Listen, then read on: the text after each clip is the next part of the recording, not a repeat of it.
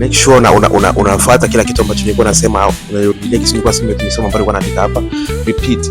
So unaweza kusema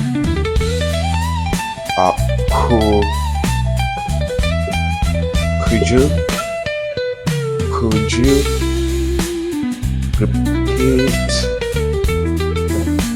that? Hapa ni swali nayo. Could you repeat, hapa ni p, repeat that.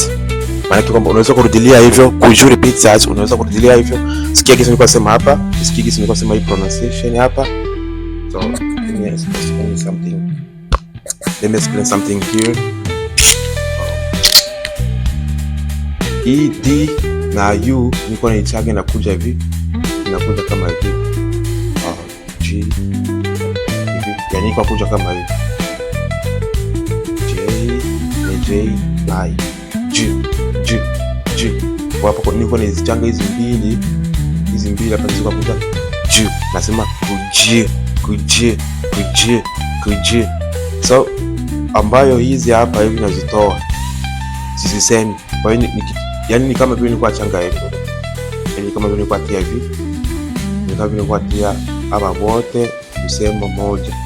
Could you repeat that? Alafu huko that et hapo iko silent. Et iko silent.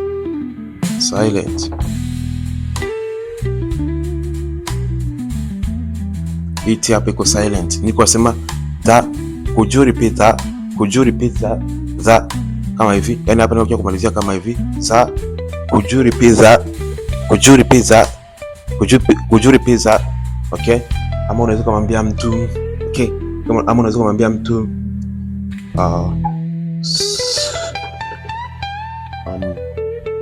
unaweza kumwambia mtu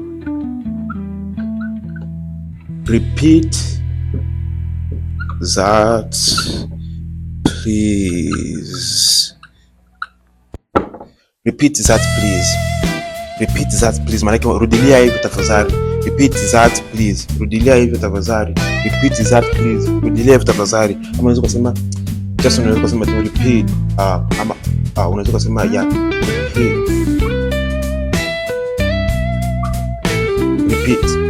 repeat.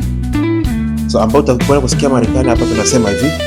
Hii hapa ni basic nika kufundisha wewe ukigariki beginner, lakini ukitaka kuongea kama Americans,